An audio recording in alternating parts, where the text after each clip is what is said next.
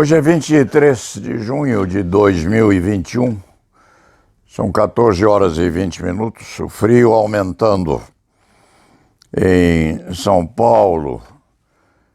Eu escriba impressionado com aquilo que vem acontecendo no país, em que há um desenlaçamento progressivo das providências, com o precatamento do povo quanto a esse vírus pandêmico assolando a nação, mas, ao mesmo tempo, aumenta o número de casos fatais e aumenta também o número daqueles que têm a contração dessa doença maldita. E houve essa passeata semana passada, 19, se a memória do escriba não falha, dizendo respeito, sim, à oposição ao presidente da República, que nessa medida encampa muitas e muitas cidades desta nação com fluxo muito grande, aqui em São Paulo, capital, no Rio de Janeiro, etc. Lá no Rio de Janeiro, se viu a figura de Chico Buarque de Holanda fazendo parte da massa, ou do povo. Viram-se também muitas personalidades. Aqui em São Paulo, o antigo presidente da seção de São Paulo da Ordem dos Advogados do Brasil, Antônio Cláudio Maris de Oliveira, pôs o pé na avenida e foi mostrar presença, sim. Não se diga que Maris é amigo deste antigo advogado criminal no estado de São Paulo. Não, não é amigo. Também não é antagonista. É um belíssimo criminalista, um belíssimo advogado criminal, com o qual este escriba não tem muita chegança. Mas, quiçá, um dia desses nós nos abracemos, porque, de repente, é falta de um contato mais estreito e de umas explicações necessárias a um tempo que já foi, há muitas e muitas eras. Acontece. Há exemplos de criaturas que não se aproximam e, de repente, percebem que deveriam estar próximas muitas e muitas décadas antes. Pode ser que aconteça isso aí, mas Marizinho estava lá, com o solado no chão.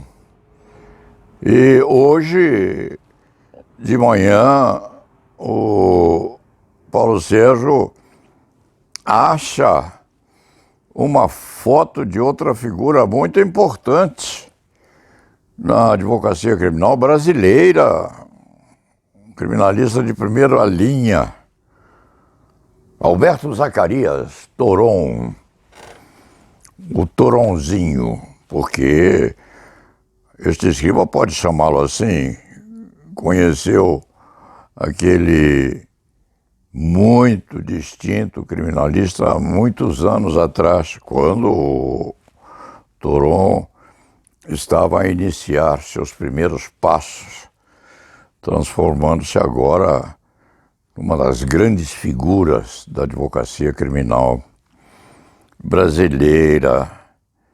E Paulo Sérgio achou Toron, no meio daquela massa, de máscara, disfarçado não, mascarado. E foi preciso que Toronzinho remetesse uma outra foto sua. Não, Paulo Sérgio, eu estive lá sim. Estive e andei lá pelas ruas, nesta capital enorme, gigantesca, para dizer ao povo que eu estava também, concomitantemente, estava a criticar aquilo que vinha acontecendo à nossa nação.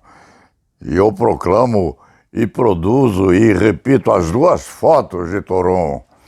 Aquela em que ele estava na praça com aquela máscara que torna difícil a descoberta do amigo, e aquela outra foto dizendo, não, eu estive lá sim. Estive lá para protestar. A figura do presidente da República se põe agora no contexto nacional, evidenciando uma preocupação muito grande que nós todos temos, respeitando ao presidente Jair Bolsonaro. Há um combate em desenvolvimento, Jair Bolsonaro. Esse combate tem o vírus como distintivo posto no peito de cada qual.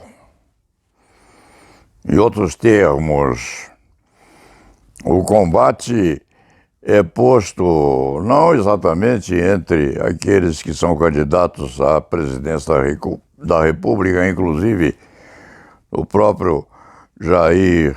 Não, o combate é do vírus, com o vírus e da capacidade que o presidente pode ter, quiçá, de combater essa virose excelsa, porque, no sentido bem posto, Bolsonaro, o enfrentamento dessa bicharada tem sido feito com uma grande falta ou uma grande desatenção àquelas necessidades primárias que a nação exigia que houvesse.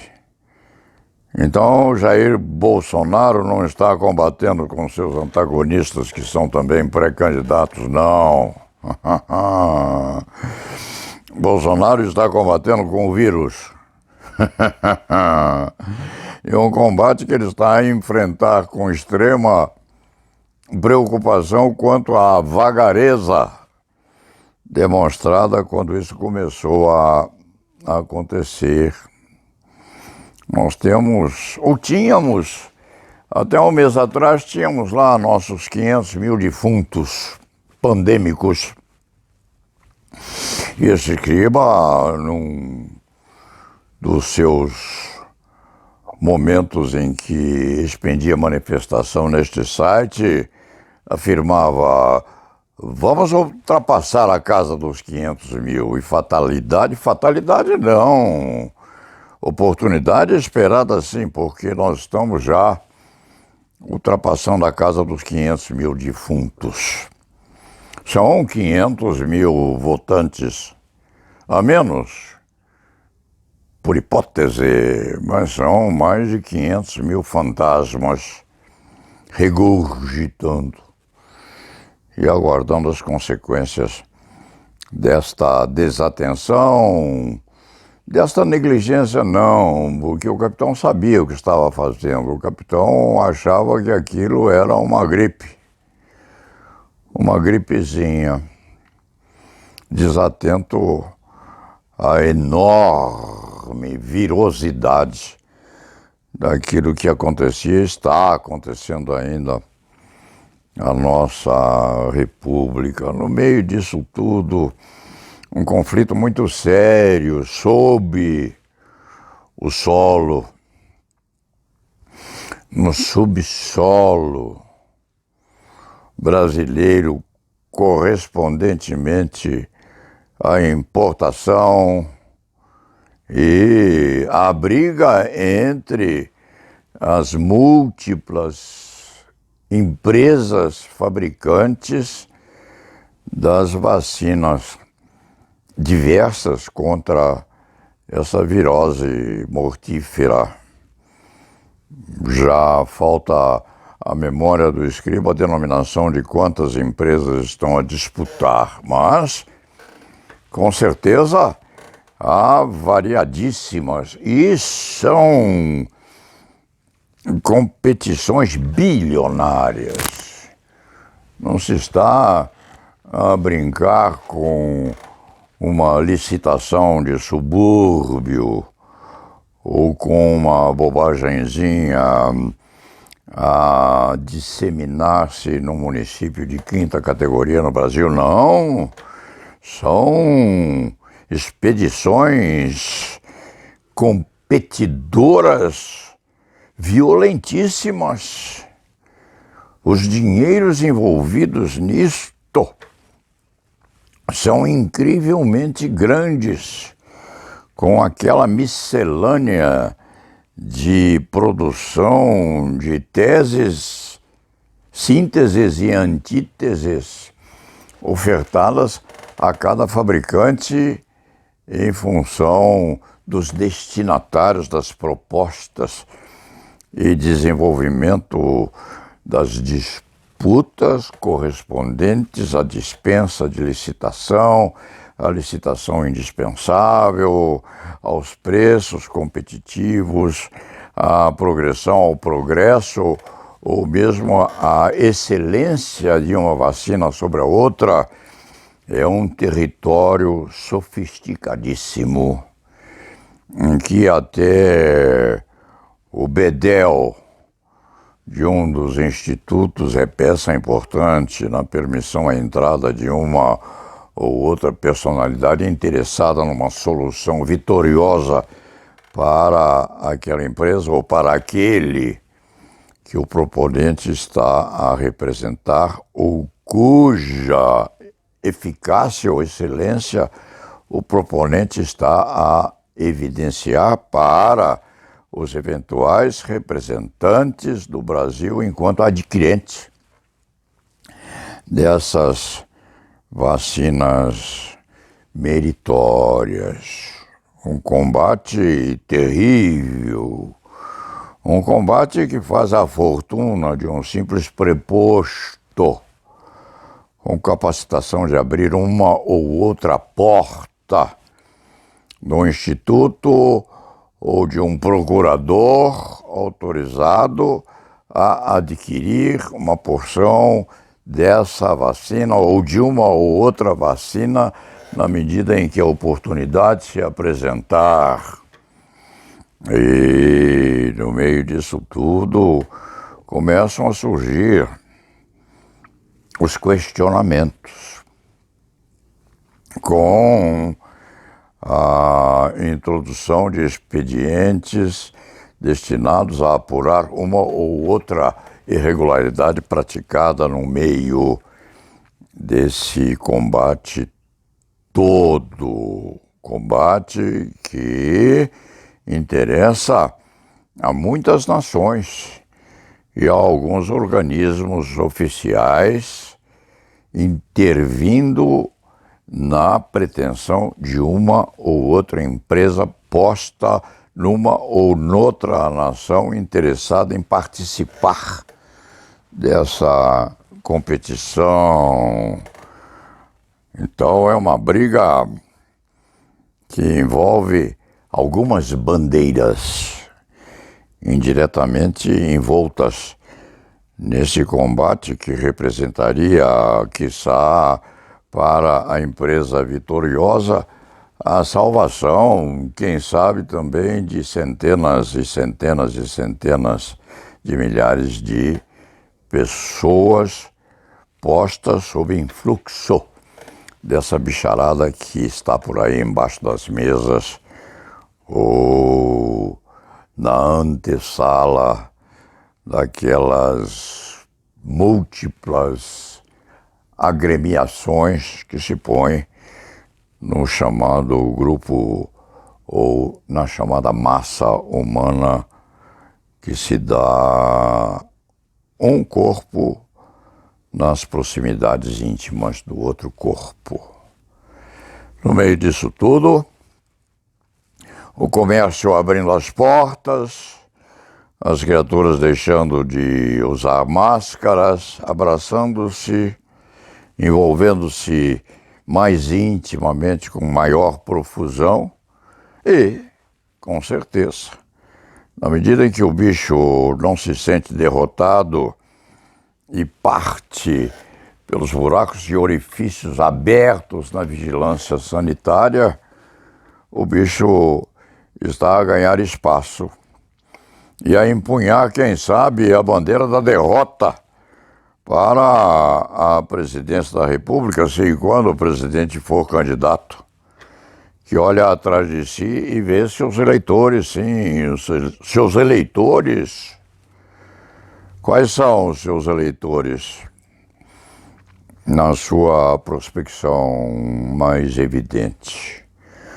Os eleitores de Bolsonaro são os 500 e poucos mil mortos que estão voluptuosamente postos sobre as nuvens, movimentando suas asas fantasmagóricas, como muito atentos a quem há de poder proclamar a vitória na briga eleitoral que existe por aí, tendente à proclamação do próximo presidente da República.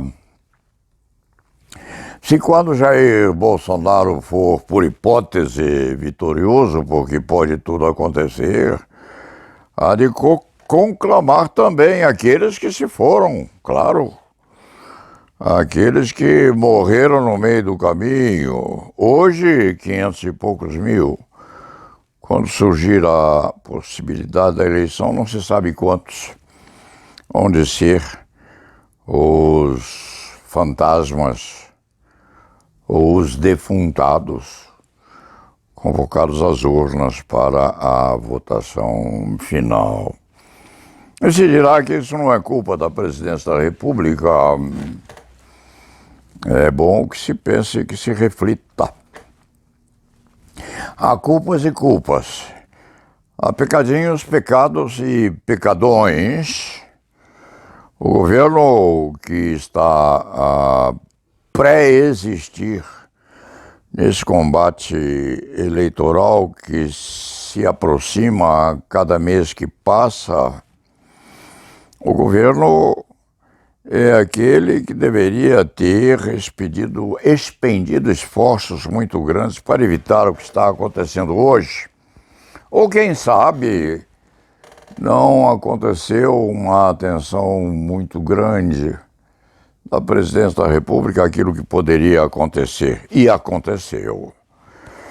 500 e poucas mil pessoas é um quociente que vai aumentar ainda mais. E nós vamos ter, nas eleições, um combate entre quem derrotou o vírus, quem tentou fazê-lo e não conseguiu, quem trouxe o vírus consigo nas dobras da manta de presidente da República por enquanto, quem deixou de fazer o que era preciso, quem se beneficiou com as consequências financeiras da aquisição de uma ou outra medicação mais ou menos adequada a solapar a eficácia dessa virose terrível, diabólica, enfim. Qual o quociente, o potencial daqueles que, empunhando a bandeira do Brasil depois de vitoriosos, qual o quociente importando em fazer com que o vitorioso pudesse carregar a bandeira brasileira ao fim dessas eleições? Em outro sentido, ou em outros termos, quem há de vencer? aquele que vai carregar nas costas toda a sacaria contendo os mais de 500 mil defuntos, que poderiam inclusive votar e não votam porque morreram com a virose, ou há de vencer aquele que estiver a criticar o que deveria ter feito e não fez o suficiente para evitar que a pandemia matasse tanta gente no nosso país. É o que se vai ver. Em outros termos, se e quando Jair Bolsonaro, sabendo o que está a acontecer, conhecendo, é óbvio, a multidão que saiu às ruas em São Paulo, no Rio e em outras capitais para criticá-lo, sabendo o que está a acontecer, conseguir organizar de certa maneira esse combate à virose e tentar consertar os erros que cometeu ou costurar os furos que pôs nas mantas que impediriam que o vírus atingisse a carne e a pele dos brasileiros. Quiçá o presidente da República há de recuperar um pouco a consequência da inércia, da negligência, da imprudência, da imperícia com que enfrentou essa pandemia e ganhar alguns votos dos vivos remanescentes. Não significa isto, com esta preocupação deste velho escriba, direito penal e processo penal no Brasil, não significa isto que o Paulo Sérgio tenha especial apreço por Luiz Inácio Lula da Silva, não. Nem significa que a presença de Chico Buarque em favor de Lula, é óbvio, esteja a favorecer aqueles que estão a criticando, que estão a criticar Jair Bolsonaro, não. O Paulo Sérgio não é freguês de Lula e nem dos outros candidatos. Não tem expectativa de vitória para qualquer um deles. Neste sentido, é quase um observador aos 85 anos de idade, podendo deixar de votar se e quando quiser.